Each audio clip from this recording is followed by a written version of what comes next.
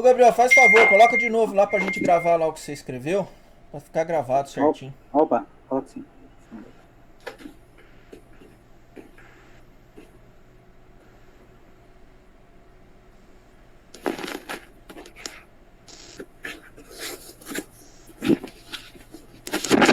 Aí, belezinha. Tá tudo explicadinho aí, tudo certinho. Tudo belezinha. Era só isso aí que eu tinha pedido mesmo, que podia só falar ontem. Então, como você já trouxe bem explicadinho, então tá respondido. Valeu, brother. Brigadão. Tá, dá certo, professor. Quem mais que eu tinha feito pergunta ontem?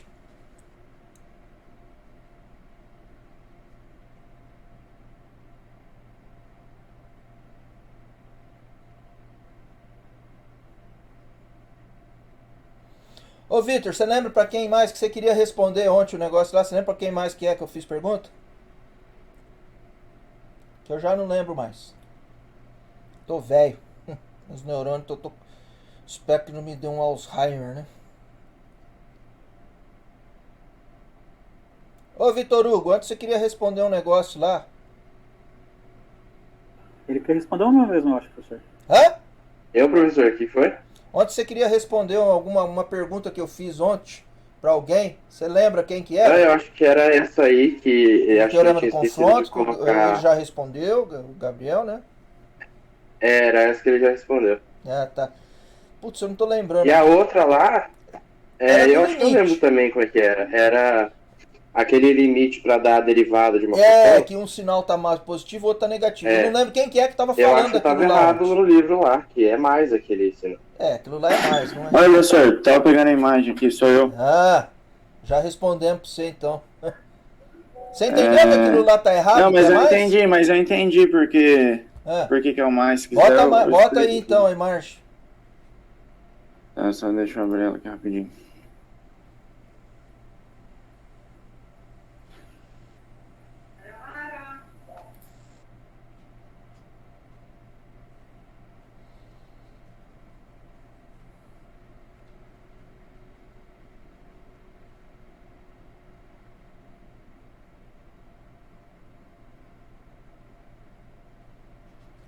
Ah, lembrei a outra pergunta que eu fiz também.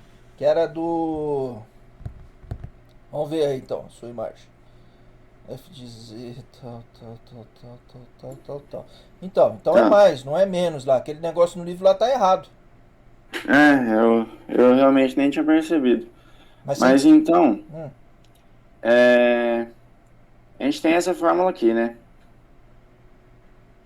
Aí, para transformar nessa, a gente Z menos Z0 vira ΔZ. uhum, Aí aqui, a gente pega esse Z0 e passa para esse lado aqui uhum. para ficar assim. Eu só não tinha percebido isso. Beleza. Então lá no livro não tá certo, tá errado. Então, é que daí eu pensei que o livro estava certo, né? E É. travei daí Nem na tudo hora. que tá no livro tá Desculpa, certo. professor. Beleza. Beleza, tá respondido então. E eu lembro de uma outra situação que agora eu lembrei o que era mostrar que não existe o limite. Quem que é que tava falando mesmo daquilo lá? Deixa eu ver. Eu lembro que.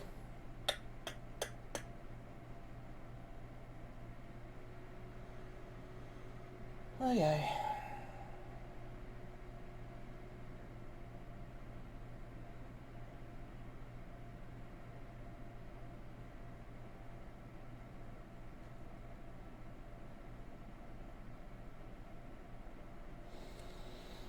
Eu não lembro, era. Gabriel, quem que é da sua dupla mesmo? É o João, né? A minha, professor? Hum, Era eu e o José, que ele acabou de falar agora. é o José, isso. É. Esse. O Andrei. É o José. É o José Andrei. Pô, quem que fez a primeira apresentação mesmo? Foi o Guilherme e o Gabriel Ângelo, se não me engano. Ah, o Gabriel Ângelo, é verdade. Tava tentando lembrar aqui. Guilherme e o Gabriel Ângelo. Eu acho. Foi na apresentação deles lá que eu fiz uma. O Gabriel Ângelo e quem? Guilherme. Guilherme. Não tá nenhum dos dois aí, né? Deixa eu pôr aqui um negócio aqui. Vou apresentar aqui e aí alguém me responde. Que eu não tô afim de olhar no vídeo lá. Ontem alguém pegou e calculou o seguinte limite. Limite de reais de Z sobre imaginário de Z quando Z vai a 0. E aí calculou assim, limite de x sobre 0. Bom, aí virou x sobre 0, quando z vai a 0. E aí falou que isso aqui não existe, terminou assim. Vocês lembram quem é que era mesmo que fez na apresentação isso daí? Era o Guilherme, professor. Eu falei que com ele falou que vai entrar em 5 minutos. Ah, tá. Beleza. Vamos esperar ele entrar. Quem é que vai fazer a primeira apresentação hoje? Yuri e Pedro. O Yuri e o Pedro. Então, eu vou parar minha apresentação. Pode começar. Valeu.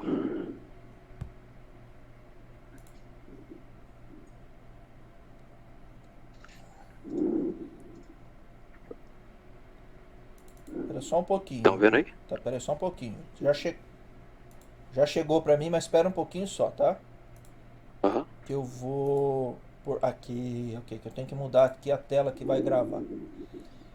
Beleza, agora tá gravando, beleza, ali tá tudo beleza, deixa eu pôr o horário aqui, vamos pôr o horário aqui, vamos pôr aqui. Manda bala. Beleza. Bom dia a todos.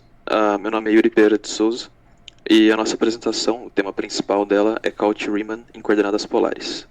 Mas, além disso, também, como fazia parte do conteúdo a ser apresentado, falaremos sobre funções trigonométricas, hiperbólicas e logarítmicas expandidas para o campo complexo.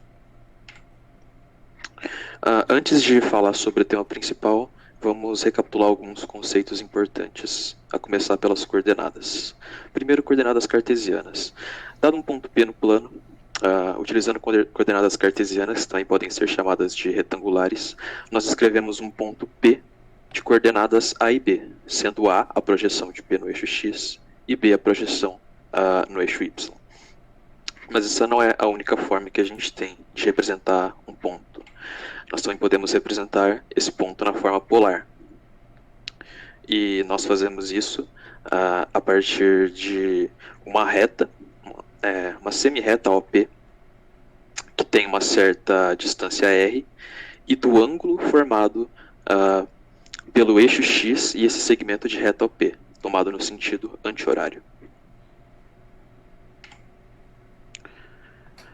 Caso esse PO seja diferente de 0, ou seja, o nosso ponto em questão não esteja localizado na origem, nós denotamos esse ponto P como um r-θ, onde r, como eu disse, é a distância de PAO, e θ é esse ângulo tomado no sentido anti-horário da parte positiva do eixo X até esse segmento de reta OP. Caso P seja igual a O, ou seja, o nosso ponto esteja na origem, nós denotamos o P para 0 e θ para qualquer θ. Nós podemos representar o mesmo ponto de algumas maneiras diferentes.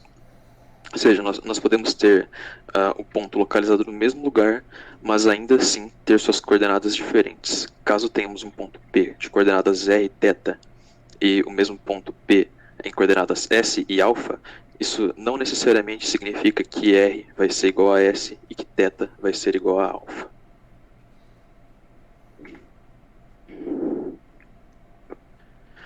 Pulei um slide sem querer. Bom, além disso, nós podemos fazer a troca de variável entre essas duas formas de representação. E para isso a gente vai tomar um ponto P do plano, que pode ser representado tanto por coordenadas cartesianas x, y ou coordenadas polares r, θ. E nós vamos considerar que o nosso ponto O, que é a nossa origem, vai coincidir também com a origem do sistema cartesiano. E essa semirreta na parte não negativa do eixo x. Assim, a gente pode reparar nessa imagem que no nosso ponto P, ele tem uma projeção no eixo x e uma projeção no eixo y, formando assim um triângulo, que aqui a gente está chamando como OPX. Assim, a partir das relações trigonométricas, nós conseguimos descobrir o valor de x e y, já que nós temos o cosseno de θ ali, que seria a projeção de P em x, ou seja, nosso x, dividido pela nossa hipotenusa, que seria a semirreta OP. Então, isolando o x, que é o que a gente quer, nós temos que x é igual a r cosseno θ. Similarmente, temos a mesma coisa para y. Isolamos y, temos y igual a r seno θ. Para fazer a mudança de coordenadas cartesianas para coordenadas polares, vamos considerar um ponto P com coordenadas x, y.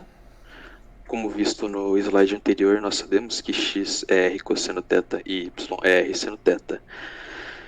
Se nós fizermos a soma dos quadrados de x e y, ficaremos com r ao quadrado vezes cosseno ao quadrado de θ, somado a r ao quadrado vezes seno ao quadrado de θ.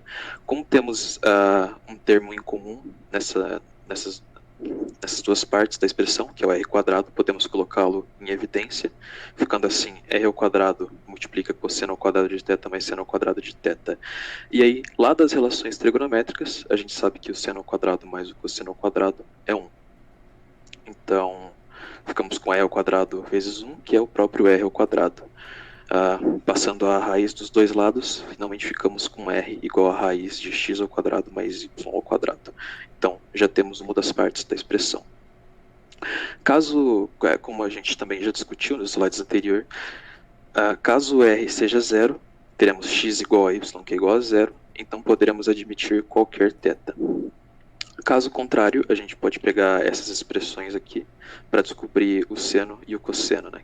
O cosseno vai ser o x dividido por r e o seno vai ser y dividido por r. E aí, a partir disso, a partir de valores tabelados, podemos descobrir qual é o ângulo. Agora, o último conceito que vamos relembrar antes de ir para o assunto em si é o próprio Cauchy-Riemann. Para provar que uma função é analítica, duas condições precisam ser cumpridas. A primeira delas são que as condições de Cauchy-Riemann devem ser verdadeiras, e a segunda é que a função deve ser contínua. Bom, nas condições de Cauchy-Riemann, nós temos que pegar as derivadas parciais da função, sendo que u é a parte real da função e v a parte imaginária.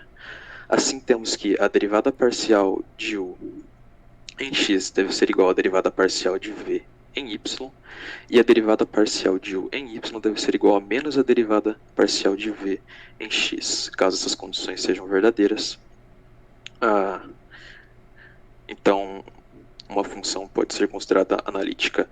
Agora eu gostaria de convidar o Pedro aqui para falar sobre Cauchy-Riemann em coordenadas polares.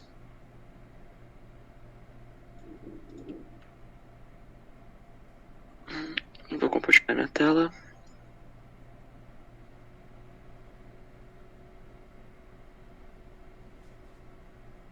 Vocês estão vendo minha tela? Sim. Ok. Por que não? Ok. Continuando bom dia, meu nome é Pedro Zafalão da Silva e eu vou continuar da parte que ele parou e começar o assunto de Cauchy-Riemann em coordenadas polares. Quando nós colocamos as equações de Cauchy-Riemann na forma de coordenadas polares, elas assumem a seguinte forma. A derivada de u em relação à variável r precisa ser igual a 1 sobre r vezes a derivada de v em relação a θ. também a derivada de v em relação a r precisa ser menos 1 sobre r da derivada de u em relação a θ. Agora, eu vou dar uma justificativa do porquê as equações assumem essa forma. Assumindo que nós vamos ter um ponto pxy, que vai ter coordenadas polares formadas por r e θ, nós vamos introduzir um novo sistema cartesiano pxy de eixo px e py, conforme apresentamos na imagem. E também percebam o ângulo θ. Nessa forma, as equações de Cauchy-Riemann se escreveriam com base nesses eixos x grande e y grande. Porém, conforme podia perceber na imagem, a gente pode fazer uma mudança de variável de x para r, y para θ. Com isso, o θ precisaria de r também. Com isso, substituindo nas equações de Cauchy-Riemann para coordenadas cartesianas, nós obtemos as coordenadas nas formas polares. Algo importante que eu gostaria de comentar é que no livro, além dessa justificativa, também está presente uma demonstração analítica de como chegar nesse resultado. Porém, para não ficar maçante, porque eram realmente muitas contas, muitas operações, eu achei que melhor não colocar na apresentação, mas no livro está bem explicado. Aqui vamos apresentar uma interpretação geométrica desse resultado na forma desse teorema, considerando uma função igual a u mais iv, sendo analítica em uma região R, e com curvas onde u de xy e v de xy são constantes. Podemos assumir que se cruzam em ângulo reto para todo ponto z0, x0 e y0, onde a derivada dessa f, recebendo z0, recebe 0. Na imagem você pode ver formando ângulo reto para u e v constantes. Agora, já entrando em analisando outras funções, nós vamos ver a função exponencial com número complexo e mostrar como ela é analítica. Nós vamos usar a função epsilon elevado a z, sendo z um número complexo formado por x mais y. Nós podemos escrever esse e elevado a z na forma de e elevado a x e e elevado a y. Por uma operação que já foi explicada no tema 2, se eu não me engano, nós podemos transformar e elevado a y em cosseno de y mais e seno de y. Feito isso, nós só precisamos multiplicar a parte restante para cada um dos termos, que é x. Para conseguirmos verificar se a função é analítica, vamos colocar essa mesma expressão em forma de u para a parte real e v para a parte imaginária, obtendo que u é epsilon elevado a x cosseno de y e v é epsilon elevado a x seno de y. Agora, relembrando rapidamente algo que ele já tinha comentado, para uma função ser analítica, as derivadas parciais devem ser contínuas e precisam atender as equações de Cauchy-Riemann. Aqui nós temos as derivadas parciais. Considerando que u é epsilon elevado a x cosseno de y, a sua derivada em relação a x é ela mesma, porque cosseno é constante e derivada de epsilon de x é epsilon de x. Quando for em relação a y, precisamos derivar o cosseno, se transformando menos seno. Para v, que era epsilon elevado a x seno de y, quando derivados em relação a y, seno se torna cosseno, e v em relação a x se mantém igual, epsilon elevado a x seno de y. Observe que a derivada de u em relação a x é igual à derivada de v em relação a y, atendendo à primeira equação, e a derivada de u em relação a y é igual a menos a derivada de v em relação a x, atendendo à segunda equação. E também observe que os resultados da derivada são contínuos, não precisam. Então, com isso atende as duas condições, com isso podemos falar que a função exponencial é analítica. Agora eu vou pausar um pouco a minha apresentação e o Yuri vai voltar a falar sobre funções trigonométricas e hiperbólicas.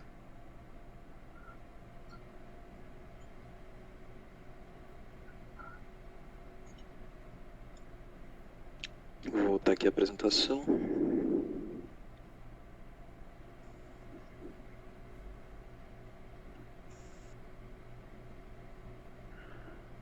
Bom, imagino que já esteja aparecendo aí, né? Então, falando, como o Pedro disse, comentar sobre as funções trigonométricas e hiperbólicas, começando pelas trigonométricas.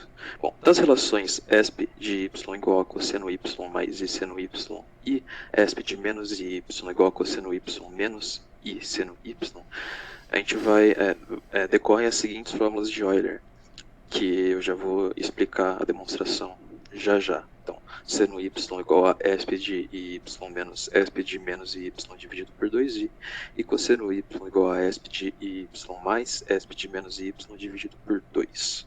Bom, por quê? Começando pelo seno.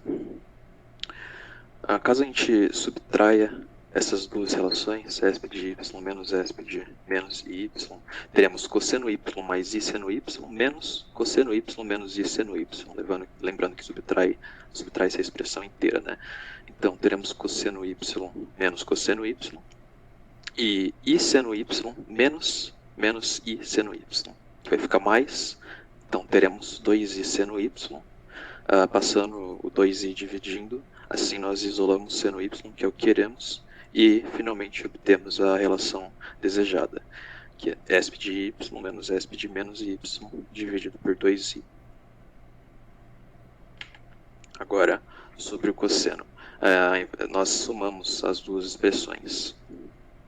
Assim, somando, teremos 2 cosseno, e o i seno y vai ser cortado, né? Ficaremos com 2 cosseno y, isolando o cosseno y, passando o 2 dividindo para o outro lado, teremos que cosseno y é igual a ESP de y mais ESP de menos y dividido por 2. Então, a partir dessas duas relações que demonstramos aqui, nós conseguimos tirar todas as outras relações. Tangente, cossecante, secante, cotangente. Aqui já foi aplicada a mudança de variável a partir do processo de complexificação. E nós vamos provar que aqui também que as fórmulas de derivação, mesmo aqui no campo complexo, serão as mesmas no campo real. Bom, as fórmulas de derivação que a gente já conhece, seno de z igual a cosseno de z, e a derivada de cosseno de z menos seno de z, entre outras, elas seguem das definições que a gente viu anteriormente, e também da definição de que a derivada de ESP de z é a própria ESP de z. Então, vamos ver aqui a demonstração da derivada do seno. Primeiro, lembrando que a derivada de um ESP de z é i ESP de z, e que a derivada de um ESP de menos iz é menos i ESP de menos iz. Então, fazendo a derivada, primeiro podem reparar que nós isolamos aqui o 1 sobre 2i e derivamos os termos pela regra da cadeia. Então, temos aqui que seno de z é ESP de z menos ESP de menos iz, ficaremos com i ESP de iz mais i ESP de menos iz. É exatamente o que acontece aqui. Como temos i nos dois termos, podemos cortar eles com o i que temos no denominador, ficando assim ESP de iz mais ESP de menos iz dividido por 2, que é exatamente o nosso cosseno. Então, provamos aqui que a derivada de seno é cosseno. E aqui a demonstração de cosseno, começamos de maneira similar, isolamos o 1 sobre 2, aplicamos a regra da cadeia, porém dessa vez vamos multiplicar por i, em cima e embaixo. Então, no denominador teremos 2i, e no numerador, multiplicando o i pelos termos, teremos i ao quadrado, que é menos 1. E aí, mexendo com o sinal da função, finalmente chegamos a menos ESP, lembrando que o menos está para toda a expressão, mas menos 1 sobre 2i esp de iz menos esp de menos iz, que é exatamente menos seno. Bom, as identidades trigonométricas também vão permanecer válidas no campo complexo, assim como elas são no campo real, e trarei aqui a demonstração das duas primeiras propriedades. Primeiro, o seno de menos z. Aplicamos o menos z, né, no expoente ali. Então teremos esp de menos iz menos esp de iz dividido por 2i, que é exatamente menos seno de y. E cosseno de menos z igual a esp de menos iz mais esp de iz dividido por 2, que é exatamente cosseno de z. Os termos só estão com a ordem trocada. A propriedade da soma do seno ao quadrado mais cosseno ao quadrado ser igual a 1 também permanece verdadeira. E da soma dos arcos, tanto no seno quanto no cosseno. Bom, agora falando um pouco sobre as funções hiperbólicas, campo complexo. As funções hiperbólicas, o seno e o cosseno, assim como nas variáveis reais, elas são definidas por um epsilon de z menos epsilon de menos z, dividido por 2, é o seno hiperbólico. E o cosseno hiperbólico é um epsilon de z mais epsilon de menos z, dividido por 2. E aí, assim como as funções trigonométricas, as demais funções hiperbólicas vão ser obtidas a partir da função seno e função cosseno. Assim como também acontece com as equivalentes reais. Bom, aqui para as derivadas, reparem que também o seno vai ser, a derivada de seno será cosseno, a derivada de cosseno será seno, porque derivando seno teremos epsilon de z, aí o sinal será trocado, ficará mais epsilon de menos z dividido por 2, que é exatamente o cosseno hiperbólico, e similarmente, né, vai acontecer a mesma coisa com o cosseno. Vai trocar o sinal, vai ficar exatamente igual ao nosso seno. E aqui está a nossa conversão entre o seno hiperbólico ao seno e o cosseno hiperbólico ao cosseno. Temos um epsilon de z menos epsilon de menos z dividido por 2 para o seno. E epsilon de z mais epsilon de menos z dividido por 2 para o cosseno. Agora, para falar sobre as funções logarítmicas, eu convido o Pedro a voltar.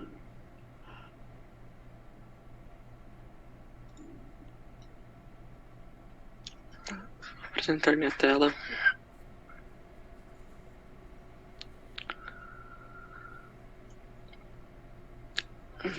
Enfim, continuando da parte onde ele parou, agora eu vou falar sobre o logaritmo complexo.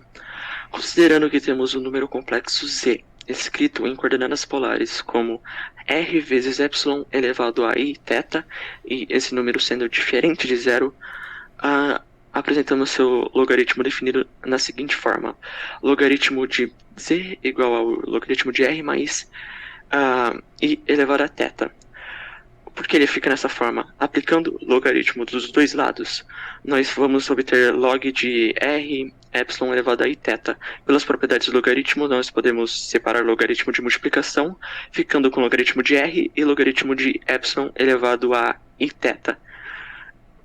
E o segundo logaritmo nós podemos simplificar para i θ por causa da definição de logaritmo. Porém, essa fórmula acima da função, ela permite que nós atribuímos o logaritmo a vários valores distintos. O porquê? Por causa dos vários valores de θ arco. A gente pode assumir um θ igual a alfa, mas também o mesmo resultado seria obtido com alfa mais 2π. Por isso, podemos considerar uma função multivalente. Porém, o próprio termo multivalente já é impróprio para a função. A gente só usa para descrever situações como essas, porque funções não podem ser associadas a mais de um valor. Por isso, é necessário tornar essa função univalente. Para isso, definidos determinações ou ramos do logaritmo com base no valor k, para limitar θ a só um intervalo 2π. Vejamos que a mesma expressão, porém, limitando θ a 2k e 2k mais 1π. Dessa forma, ele só vai estar em um intervalo de tamanho 2π, evitando o problema de ser associado a mais um valor e deixando a função univalente. Com um K0, obtemos o ramo ou determinação principal do logaritmo, porém não há nenhuma implicação muito importante em relação a isso. Na verdade, podemos considerar qualquer intervalo de tamanho 2π, como alfa menor que θ e θ menor que alfa mais 2π, conforme está mostrado na imagem. Agora, nós vamos fazer algo que já foi feito anteriormente, que é utilizar as condições de Cauchy-Riemann para verificar essa função analítica. Nesse caso, a Cauchy-Riemann na forma polar. Nós temos a parte real da função como sendo o logaritmo, nesse caso natural, de o ln de r, e v, a parte imaginária, como sendo o próprio θ. A derivada de u em relação a r vai ser 1 sobre r, que é a derivada de ln de r. E a derivada de u em relação a θ vai ser 0, porque não possui θ. A derivada de v, θ em relação a r, vai ser 0, porque também não possui r. E a derivada de v, θ em relação a θ, vai ser 1. Com isso, nós obtemos que a derivada de u em relação a r é igual a 1 sobre r vezes a derivada de v em relação a θ, e a derivada de v em relação a r também é igual a menos 1 sobre r derivada de u em relação a θ, já que os dois valores são zeros. Também perceba que são valores constantes e são contínuos, então atende às duas condições de Cauchy-Riemann. Dessa forma podemos verificar que é uma função analítica. Agora, vamos mostrar a derivada do logaritmo complexo. Lembrando que z é r vezes y elevado a i sobre θ. Como nós temos apenas r, nós precisamos primeiro pegar as derivadas de r e depois dividir o epsilon vezes i menos i θ. Dividir o epsilon e θ, no caso, está menos por causa que isso está dividido, então por isso está com expoente menos 1 também. Dessa forma, como a derivada de u sobre r vai ser 1 sobre r e de v sobre r vai ser 0, nós podemos chegar ao resultado que essa expressão é 1 sobre r vezes epsilon elevado a i θ. Porém, como dito anteriormente, essa expressão embaixo é igual à própria variável z, por isso podemos afirmar que a derivada é igual a 1 sobre z conforme o equivalente real. Agora, vamos demonstrar que algumas propriedades do logaritmo real também são aplicadas ao logaritmo complexo. Primeiro, o logaritmo de multiplicação sendo a soma de logaritmos. Partindo de logaritmo de z1 vezes z2, abrindo essa expressão, nós obtemos a parte real, logaritmo de r1 vezes r2, e na parte imaginária, θ1 mais θ2 mais o k necessário para a determinação do ramo, 2k mais 1 mais k2π. Usando a propriedade associativa, nós podemos separar com log de r e log de r2, também isso com a própria propriedade real, dos logaritmos reais, de separar a multiplicação. Então temos a primeira parte, log de r mais i, θ1 mais 2k1, π, sendo o próprio logaritmo de z1, e a parte seguinte, log de r2 mais i, θ2 mais 2k2π, sendo o próprio logaritmo de z2. Com isso, podemos afirmar que log de z1 vezes z2 igual ao log de z1 mais o log de z2. A seguinte propriedade que iremos verificar é o logaritmo de z ao quadrado igual ao logaritmo de igual a 2 logaritmo de z. Para explicar, nós podemos usar as mesmas contas que utilizamos no último slide, porém considerando z1 e z2 iguais, porque dessa forma podemos considerar isso aqui como logaritmo de z1 ao quadrado ou z2 ao quadrado, já que ambos são iguais, e aqui 2 logaritmo de z1, porque os dois são iguais, chegando nessa mesma expressão. E por fim, uma propriedade que não está demonstrada no livro, mas está na forma de exercício, pedido, que é o logaritmo de Z1 dividido por Z2 igual a logaritmo de Z1 menos logaritmo de Z2. A demonstração é bem parecida com a da soma também, com pequenas diferenças. Nós também separamos o logaritmo real de R com a parte imaginária e, utilizando a propriedade da divisão virando subtração, nós separamos em duas partes reais. Só que perceba que, pelo sinal, a segundo logaritmo, o de Z2 vai estar tudo negativo, obtendo o logaritmo de Z1 menos o logaritmo de Z2, conforme igual teríamos na propriedade dos logaritmos reais. Essa foi a nossa apresentação. Aqui você pode ver as nossas referências. Muito obrigado pela atenção. Beleza. Não é a pronúncia do... não é Cauchy, é Cauchy. Cauchy? Ah, ok. Quando vocês tiverem dúvidas sobre pronúncia, o Google até que... deixa eu mostrar aqui para vocês. O Google até que faz direito a coisa. Ou pelo menos boa parte da coisa. Uma outra coisa. Eu não vou perguntar agora, porque se eu perguntar não vai conseguir fazer, que eu acho que eu sei que não vai. Mas o Pedro vai mostrar para nós no próximo encontro, semana que vem, A demonstração analítica? essas continhas.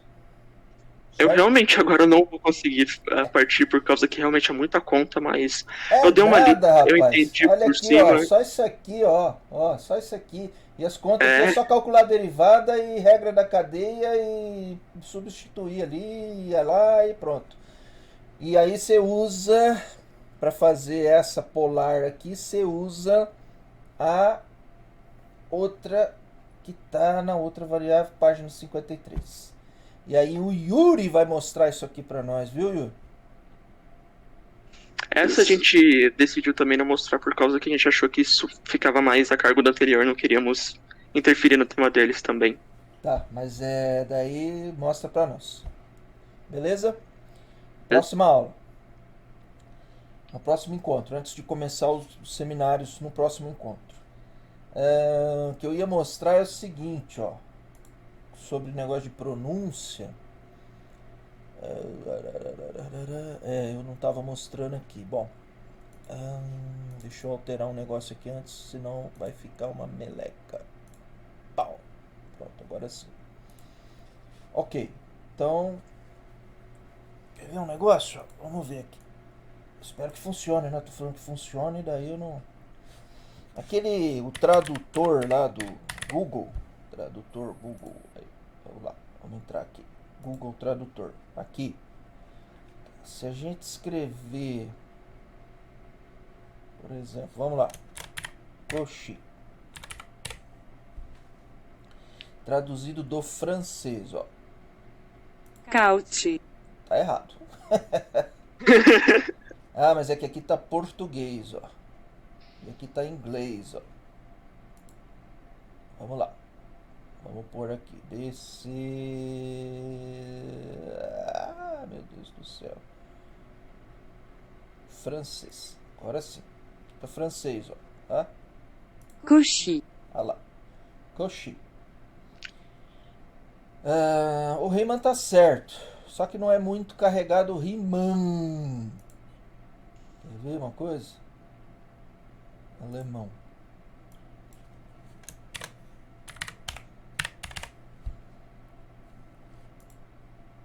Riemann. Olha lá. É meio quase que um Riemann. Riemann. Quando vocês tiverem dúvida sobre a pronúncia de alguma coisa, vocês podem usar essa porcaria aqui. Não é uma porcaria. Você pode usar essa ferramenta do Google Tradutor aqui que funciona bem. Beleza. Isso não interfere em nada, tá? A gente não é obrigado a saber falar outros idiomas aí e saber como é que fala. Muito bem. Deixa eu só ver uma coisa aqui. Eu subi já os vídeos de ontem. Deixa eu só ver um negócio aqui.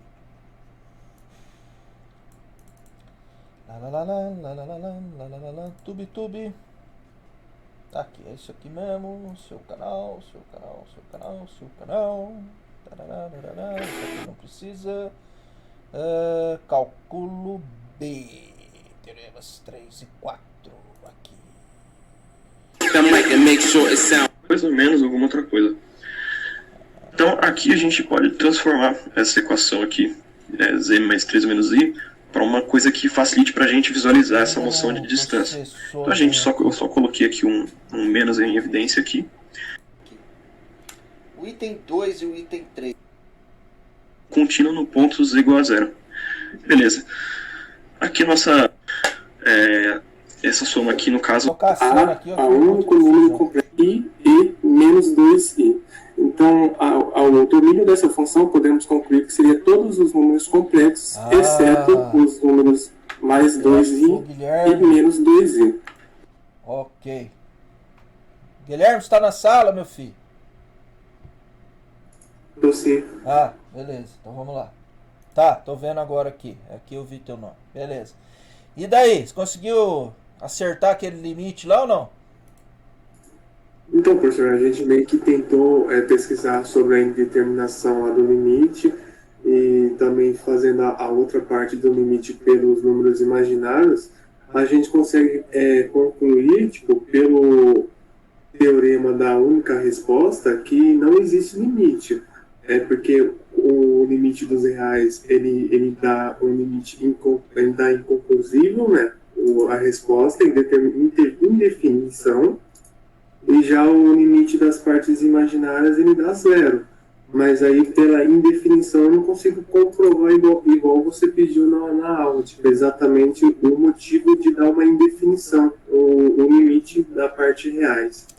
Eu só consigo comprovar que o limite não existe por causa do teorema da resposta única, né? Porque uma vai dar uma indefinição e o outro vai dar zero. Aí a gente pode concluir que o limite não existe. Mas a indefinição, do motivo da indefinição, a gente não conseguiu, não. Tá. Então, vocês responderam para mim uma parte só. Olha só. Sim. Eu vou fazer aqui para vocês, tá? E você vai ver como é simples esse negócio. Não é nada absurdo. Vamos lá.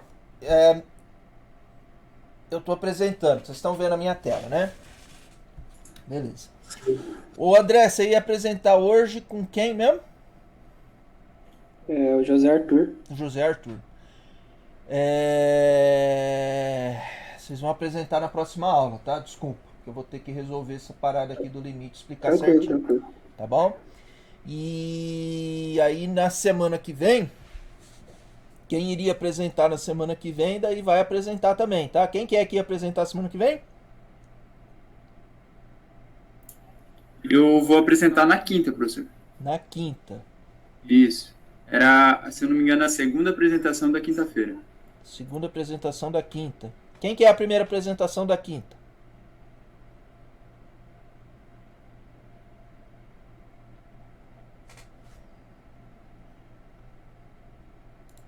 Tá, pera aí um pouquinho que já vamos acertar isso aí.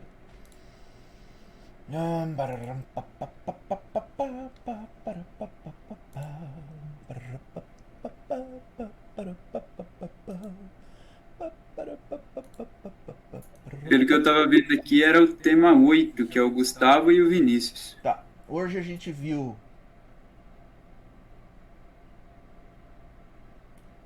Cauchy-Riemann em coordenadas polares, ok? Vimos isso aqui hoje. Daí o José Arthur e o André iria apresentar hoje, vai ficar para semana que vem. Olavo e Felipe vai apresentar semana que vem, na quarta. Ok? Ok.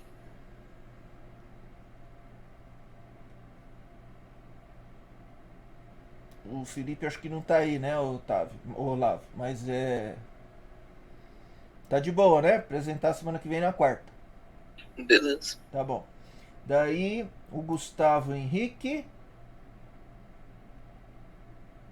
e o Wellington com o Vitor. Beleza? Na quinta. Ok. O Gustavo Vieira e o Vinícius Santos. Acho que o Vinícius Santos não está aqui. E o Gustavo também não está aqui. Espero que eles vejam o vídeo e que saibam que é isso aí, né? Na verdade, eles vêm antes do Wellington. Então, tipo assim, se não der para apresentar duas equipes aí, é o Gustavo que tem que apresentar primeiro lá na quinta-feira. Tá? Eventualmente, se não der para o Wellington e o Vitor apresentar, eles vão apresentar na outra semana. Mas é isso daí. Bom, vamos lá.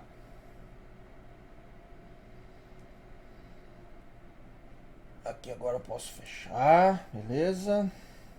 Ok. Então vamos lá. Bom, limite. Então vamos tratar do assunto aqui. Olha só, relembrando o que a gente viu em reais. Em reais a gente consegue fazer cálculo de dois tipos de limite. Em princípio, vamos pensar nesses aí, tá?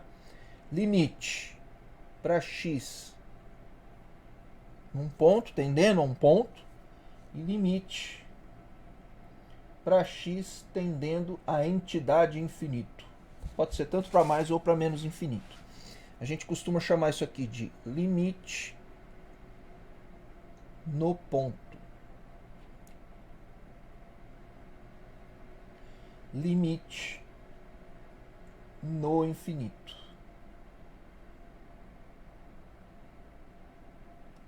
Tá. No ponto não tem muito que, né? É um número. Eu tenho que pensar em número, limite no ponto. Ponto, isso aqui é um número. Ok? Infinito não é número.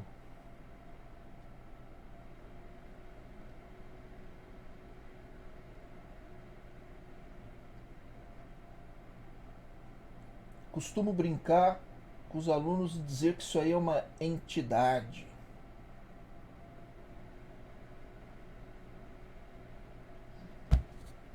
Ok. Número, a gente tem os mais diversos aí, né?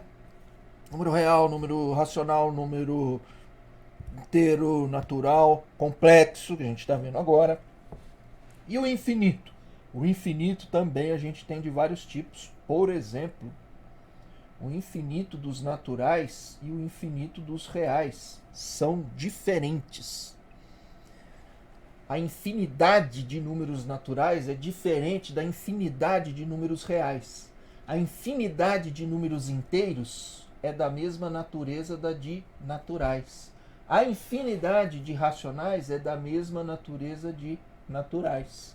A infinidade de irracionais é da mesma natureza de reais.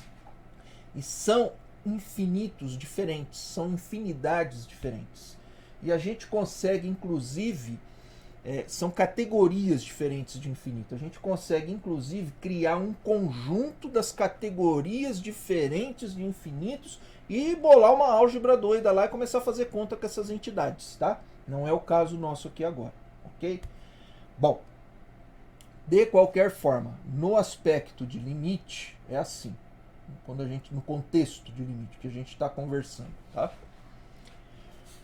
Então, eu tenho esses dois lados aí, tá? Eu tenho por um lado ali limite no ponto e limite no infinito, ok? Bom, agora eu tenho outros dois aspectos aqui para tratar, que é o seguinte. Seja num ou no outro caso, no ponto ou no infinito, então vamos pegar aqui agora assim, ó. Seja limite no ponto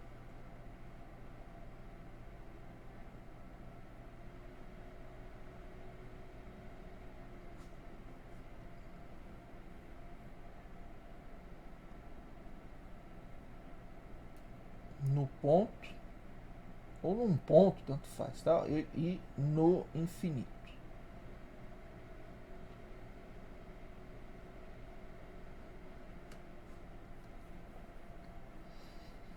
pode ocorrer o seguinte. Pode ocorrer do valor. Na verdade, pode ocorrer 3 coisas aqui. Isso eu estou pensando em R. Estou pensando em número real. Ok? Pode acontecer de o limite. Então, o resultado. Vamos pensar assim, o resultado.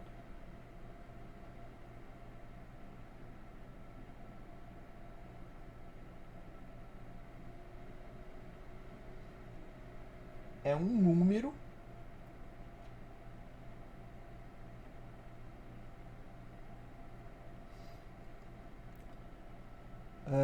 o resultado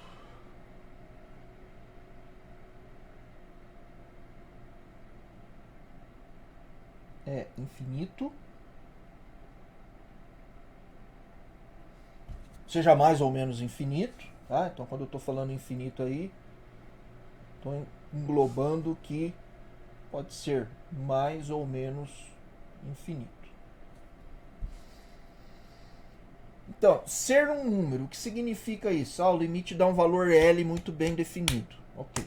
Quando é um número, esse número é único.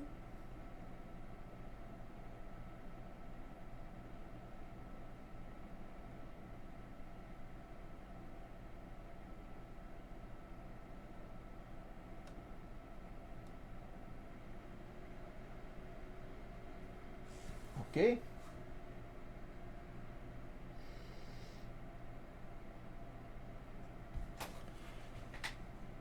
E pode acontecer na reta aquilo que eu já falei para vocês ontem. Pode acontecer um fenômeno desse naipe aqui na reta. Ó. Eu estou estudando num ponto P o limite. Ok, você está estudando lá num ponto P. Bom. O que pode acontecer? Pode acontecer de eu vir aqui pela direita ou eu vir pela esquerda.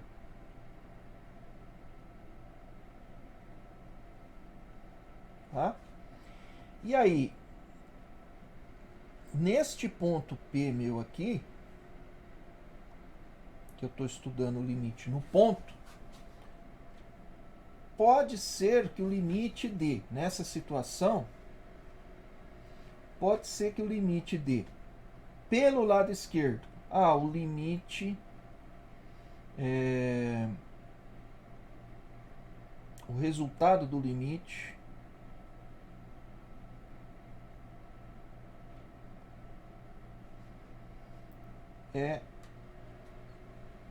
bom. O resultado do limite pela esquerda é diferente do resultado do limite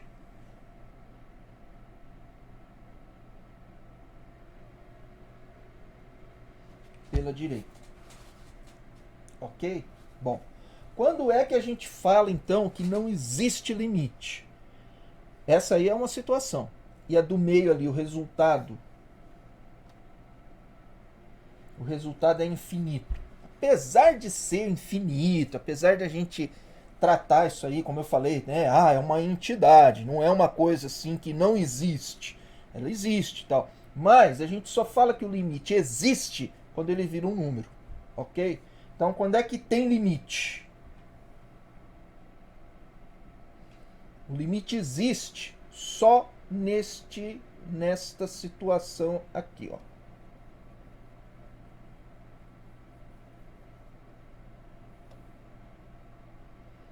Dizemos que o limite existe. Ok? Do contrário,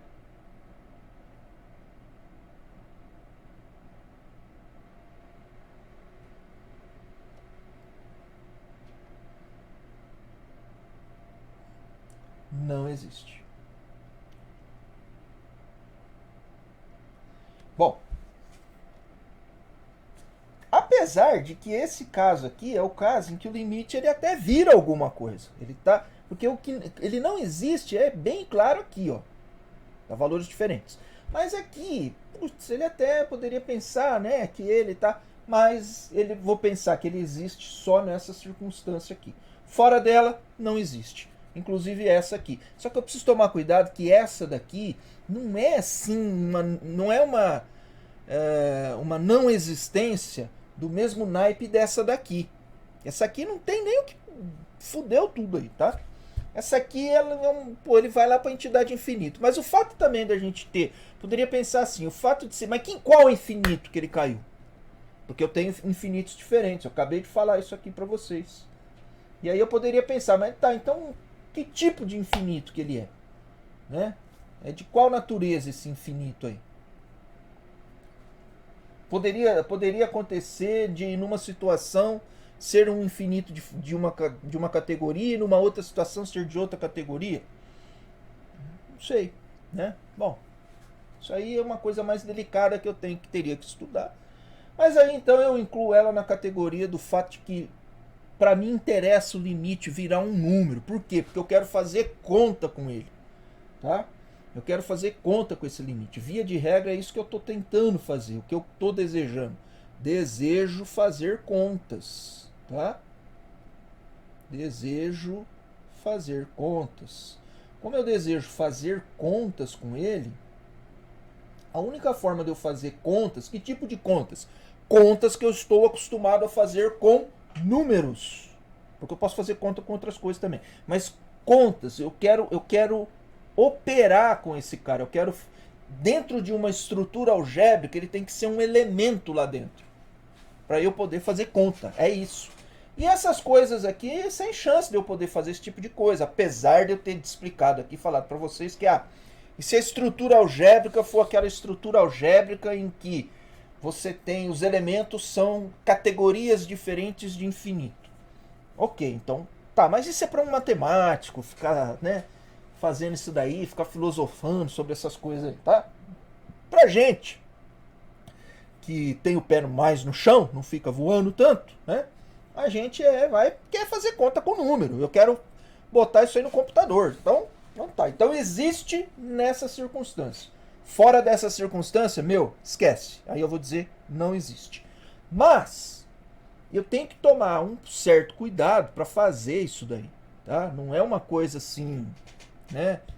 Bom, por exemplo, então vamos lá, vamos aos exemplos.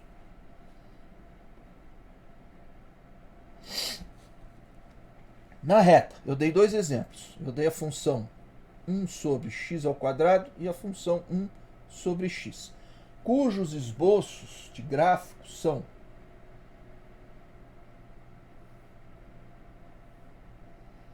no primeiro caso algo assim, mais ou menos, tá? E no segundo caso algo assim, ok. Bom, vamos analisar limite no ponto zero, tá? Porque, por exemplo, essa função aqui, o limite dela lá na entidade infinito dá zero, vira um número, tá? E essa aqui lá no menos infinito também dá zero, vira um número. Essa aqui no mais infinito dá zero. No menos infinito também dá zero, vira número. Ok, então o limite no infinito dessas duas funções aqui, tá? Vai a zero. Dá número. Posso fazer conta com esse limite. Limite no infinito, tá? Se alguém precisar me interromper, interrompe, tipo assim, professor, não entendi. Você está falando aí, você não está escrevendo, você está só falando, não entendi por que deu zero, tá? Espero que todo mundo tenha entendido aí que dá, né? Dá zero. Agora, no ponto, então eu fiz uma análise das duas funções na entidade infinito, com sinal positivo e com sinal negativo, tá? Deu zero. Zero é número, eu posso fazer conta. Então existem esses limites no infinito para cada uma delas aqui? Certeza, existe, dá zero, tá? Ok. Agora no ponto, eu vou pegar um ponto em particular. Vou pegar o ponto igual a zero. Ponto é zero. No primeiro caso, no ponto, se eu olhar aqui pelo lado direito ou olhar pelo lado esquerdo, vai a a mais infinito. Vai, então, dar a entidade infinito. Então, tá dentro daquele esquema que eu falei para vocês. Esse limite vira alguma coisa? Ele vira. Ele vira a entidade infinito. Tá? Então, de uma certa forma, ele existe. Ele vira uma entidade infinito. Tá? Mas eu vou tratar como um limite que não existe, porque não é número. E eu estou pensando em mexer com número. Eu não vou mexer com aquelas coisas que eu estava falando para vocês agora há pouco. Categorias de infinitos. Eu vou mexer com número, eu vou fazer conta com número. Então, para mim, o limite, quando tende a zero, tanto por um lado quanto pelo outro aqui, nesse caso, apesar de dar a mesma coisa, apesar de dar lá a categoria lá de um infinito, aí, dar em uma certa entidade infinito, tanto pela esquerda quanto pela direita, esse limite não existe para mim, porque não é um número. Aqui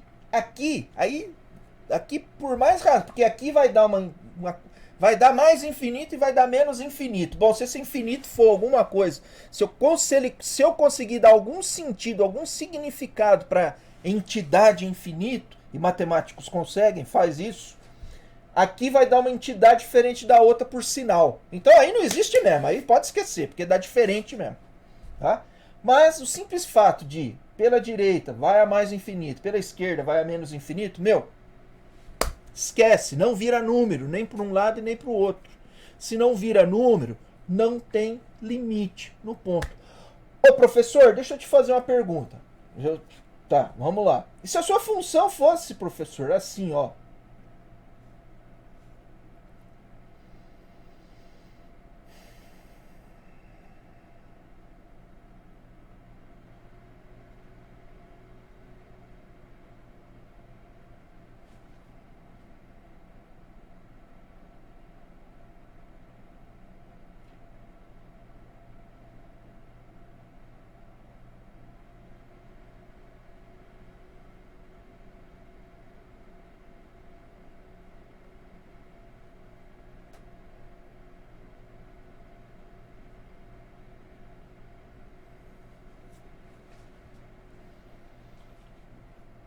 Vou fazer mais simples que isso até.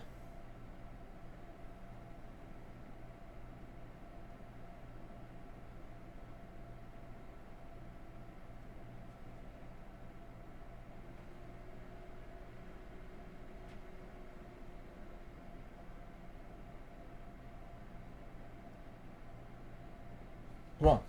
Uma reta ali, paralela ao eixo X. Tá? No ponto zero, tem limite? Aí você vai analisar. Bom, eu vou olhar por um lado e vou olhar pelo outro. Porque eu só tenho dois lados aqui. Agora começa uma outra ideia aqui. Tá? Limite por caminhos. No caso é o caminho pela direita e o caminho pela esquerda. Tá? Então eu estou olhando aqui. Chegando no ponto zero pela direita. Chegando no ponto zero pela esquerda. Caminho pela direita, caminho pela esquerda. Se eu caminho a zero pela direita, o meu limite vai a mais infinito. Bom, isso aí já zicou, né? Mas se eu caminho pela esquerda, o meu limite dá menos L. Bom, menos L é um número, sem chance de ser mais infinito. Então, não tem limite. Ah, mas você tem um limite lateral. Tem, mas eu não tenho limite no ponto. Para ter o limite no ponto, eu tenho que também dizer, esse número que virou ali no ponto significa que quando eu me aproximo do ponto por qualquer caminho que seja, dá L. Então a gente tem que tomar uma atenção aqui, ó, o resultado é um número. O que significa esse resultado ser um número? Na reta. Isso aqui significa o seguinte.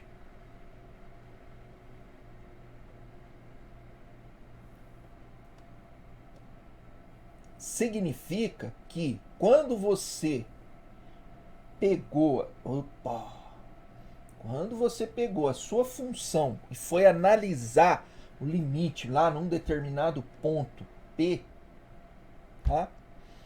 Ele virou um valor L, virou um número, tá? E a função não precisa nem estar definida ali naquele lugar. Porque o que eu estou olhando são as coisas que estão por perto ali de P e o que está acontecendo por perto de alguém. Se virar o limite, tá? Então, o que, que acontece aqui, ó? Sua função ela pode ser uma doidura aqui, chegou aqui e sai daqui uma outra loucura. Não importa, tá? O que importa é que aquilo ali, ó, quando eu tenho só duas possibilidades na reta com reais de caminhar para próximo do ponto. Um é pela direita e a outra possibilidade é pela esquerda. O limite eu vou analisar por caminhos. E aí são todos os possíveis caminhos para poder falar que existe o limite, tá? Agora na reta, como só tem dois, e é pela esquerda e pela direita, a gente chama de limite lateral. Limite pela lateral direita, limite pela lateral esquerda. Limite caminhando pela direita, caminhando pela esquerda. Eu só tenho um caminho pela direita e só um caminho pela esquerda. Então eu só tenho duas opções. Por isso a gente fala limite lateral na reta. Mas se for no plano, aí já não é assim. Eu tenho infinitos caminhos para chegar num ponto do plano. Se for no plano cartesiano, se for no plano complexo, eu tenho infinitos caminhos para chegar.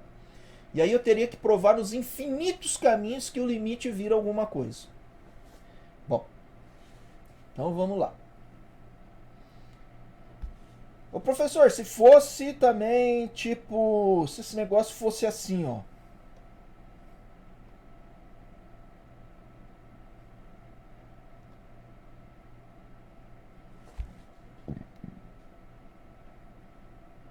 O limite dessa função caminhando pela direita dá n. E pela esquerda dá o menos L. Ou L, tanto faz. L e M são diferentes. O menos L e o S. Um é positivo, outro é negativo. Tá? Podia ser os dois positivos, podia ser os dois negativos, mas diferentes. Então no ponto zero, essa função não tem limite. Apesar dela ter limites por caminhos. Ela tem limite por caminhos. Que caminhos? Pela direita e pela esquerda. Limite lateral direito, limite lateral esquerdo, ela tem.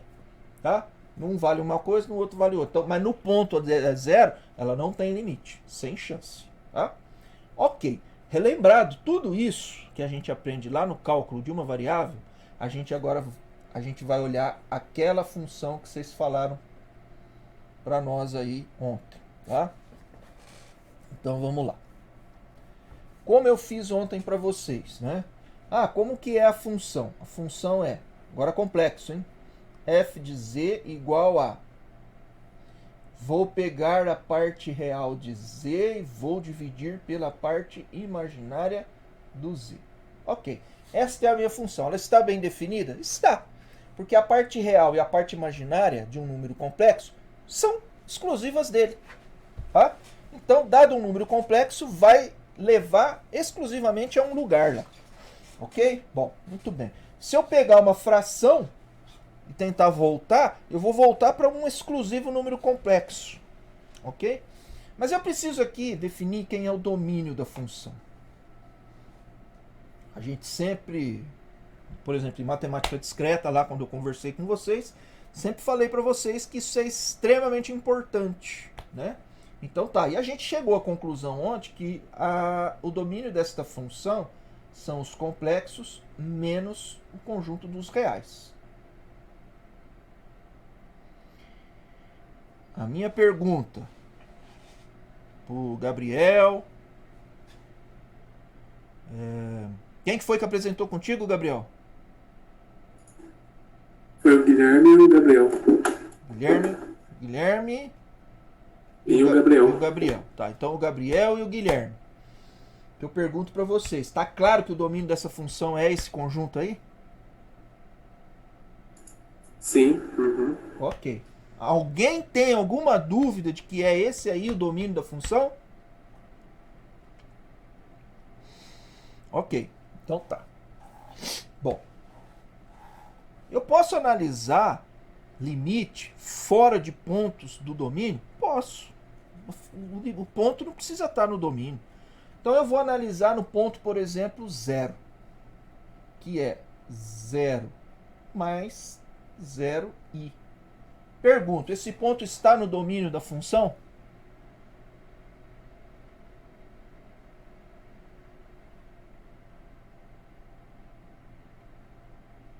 Tá ou não? Não, professor. Não tá.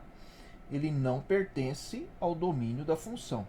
Opa, tem problema se eu for querer calcular o limite de f de z no ponto zero? Problema nenhum. Problema teria se você fosse analisar a continuidade. Porque a continuidade exige que o ponto esteja no domínio. Mas, para calcular limite, não. Problema nenhum. Ah, então eu estou liberado para analisar isso aqui.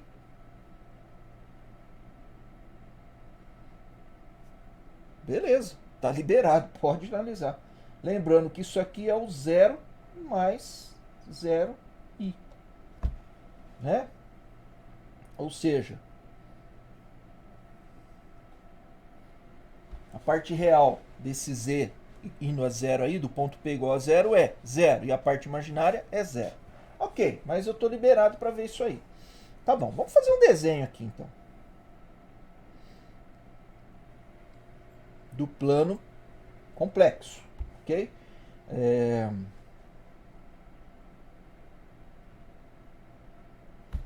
Então, o que é vermelho não faz parte do domínio da minha função. O que está em vermelho aí não faz parte do domínio da função. Reais. E eu estou pensando que aí tudo isso aqui é os complexos. Tá? Bom. Beleza. Onde é que está o meu ponto? Ah, teu ponto que você está analisando o limite está aqui. Esse aí é o ponto 0, 0. Ok. Esse é o zero complexo, que é 0 mais 0i. Beleza. A minha função, lembrando que a minha função é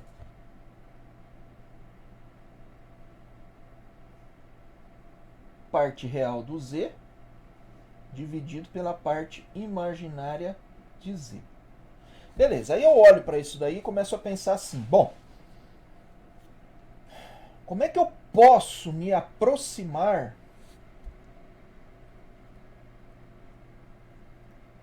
desse número complexo? De tal forma que isso aqui, né, essa coisa aqui tem que estar definida, essa conta aí. Para eu poder fazer a conta, né? Porque eu estou calculando isso daí. Então eu preciso fazer a conta. Então, por exemplo, professor, não entendi isso aí que você está falando. Tá. Eu estou calculando o limite de f de z para z tendendo a zero. Lembrando que esse zero é o 0 mais 0i. Bom, isso é a mesma coisa que o limite da parte real de z dividido pela parte imaginária de z quando z vai a zero. Ok. Então eu tenho que fazer conta com isso aqui. É isso que eu falei, eu tenho que fazer conta com esse negócio aqui, ó. Tá? Eu tenho que fazer conta com esse treco aí. Real de z para poder calcular o limite. Dividido pela parte imaginária de z.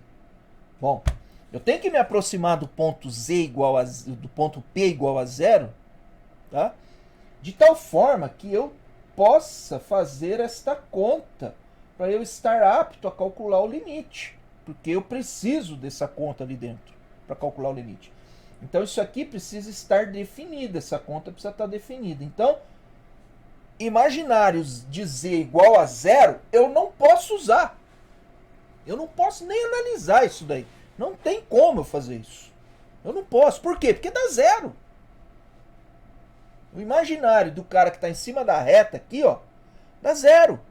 Então o imaginário de um ponto que está em R não tem, é 0. Eu não tenho como pensar em um caminho por cima dessa reta aqui, por exemplo. Não dá. Porque essa conta não está definida. E eu até posso me aproximar do ponto P, 0, do complexo 0, do 0 mais 0i, em cima da reta? Posso, até posso. Mas nesta função aqui, eu tenho uma função que eu estou analisando, eu tenho uma conta que eu estou analisando aqui, o limite. Para esta função, não dá para mim pensar nisso. Por quê? Porque não está definido, não está no domínio, não está definido esse cara aqui, eu preciso fazer essa conta. O ponto P pode estar fora do domínio. E é o caso aqui. E aí, se eu for pegar aqui no ponto que está fora do domínio, você não vai conseguir fazer a conta da função. Você não habilita a função para você calcular o limite. Então esquece, não posso. Tá bom. Bom, eu posso pegar em cima do eixo y? Opa, beleza. Que é quando a parte real está zerada. Posso fazer isso? Pode. Isso você pode. Então vamos lá. Então vamos aqui. Então vamos pensar no seguinte caminho. Eu vou pensar neste aqui, me aproximando do ponto complexo nulo por este caminho. Este caminho aqui, caminho, eu vou chamar de caminho lambda. Caminho lambda. O que este caminho lambda tem? Eita. Eu vou precisar usar aqui no meio aqui, então eu vou pôr para o lado de cá. Então vamos lá. Então esse caminho aqui, que eu vou chamar ele de caminho lambda. O que acontece nesse caminho lambda aqui em especial? Parte real dos pontos Z que estão lá em lambda é igual a zero. Todos. E a parte imaginária? A parte imaginária de Z é estritamente positiva. Tá? O caminho não inclui o ponto 0, 0. Ele chega lá pertinho, mas não inclui. Tá? Então, guarda isso aí. Esse é o caminho, um deles que eu vou usar. Beleza? Ok. Bom, aí eu vou vir aqui para minha função agora. A parte real é igual a 0. Aqui em cima vai 0. Aqui embaixo, o que é? É um número maior que 0. 0 dividido por um número maior que 0, o que dá? Dá 0. O limite disso, então, em cima daquele caminho, dá o quê? Dá 0. Ok, então se eu for calcular assim, ó. Limite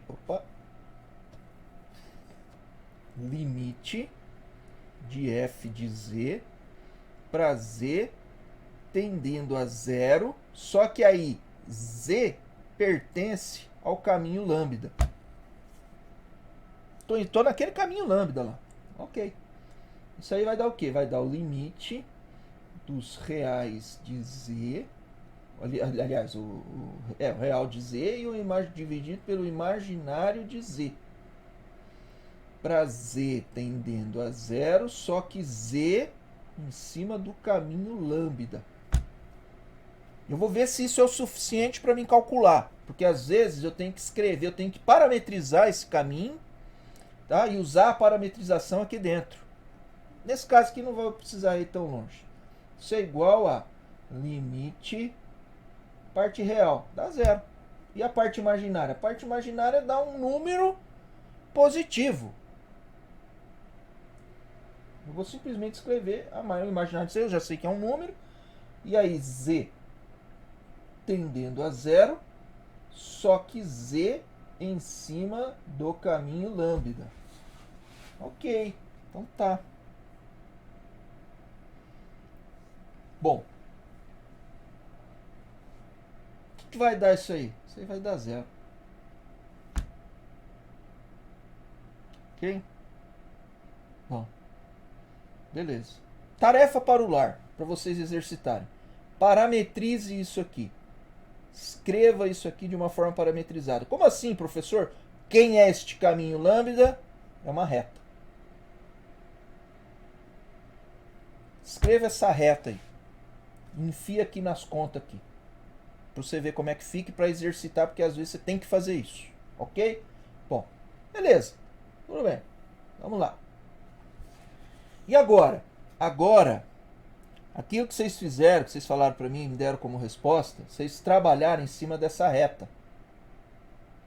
E eu não posso fazer isso, não tem como eu fazer isso, porque não está definido esse cara aqui. A conta não está definida. Mas aí, então eu vou trabalhar onde? Em outro caminho. Mas, como assim? Por exemplo, vou fazer um exemplo aqui para você, ó. Quer ver? Ah, é verde mesmo. Não, é verde mesmo. Né? Aqui, ó.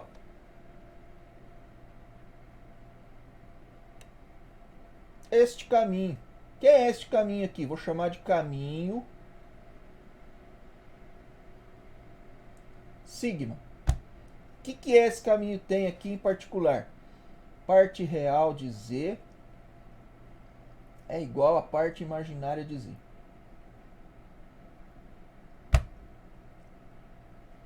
E positivo. Mas é igual, não importa. Pronto, tá aí.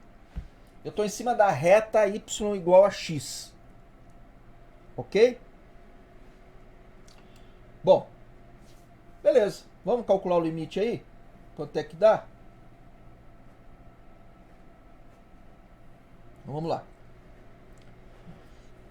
Limite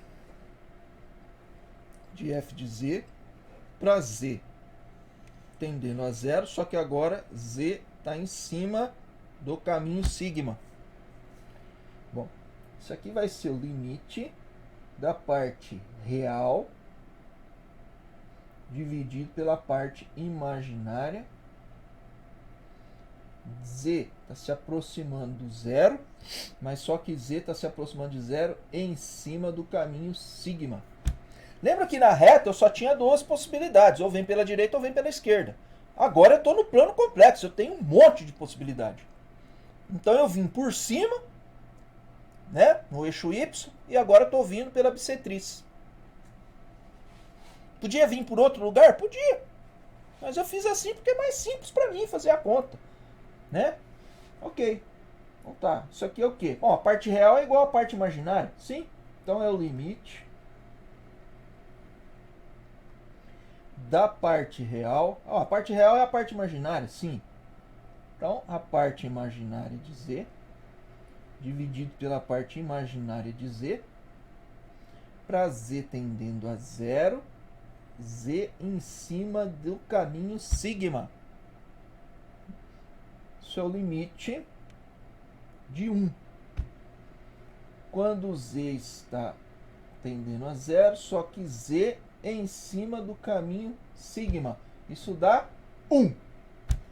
Como 0 é diferente de 1, não existe limite de f de z para z tendendo a zero. Essa é uma das formas de fazer, tá? De justificar que não tem o limite lá. Os dois, entenderam? Sim, agora ficou claro. Ok.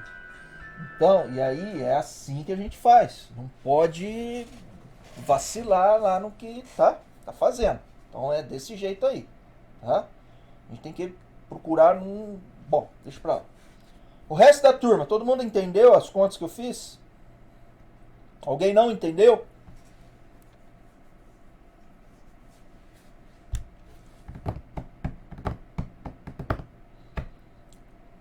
Essas contas estão simples, a função era simples, então tá tranquilo, tá?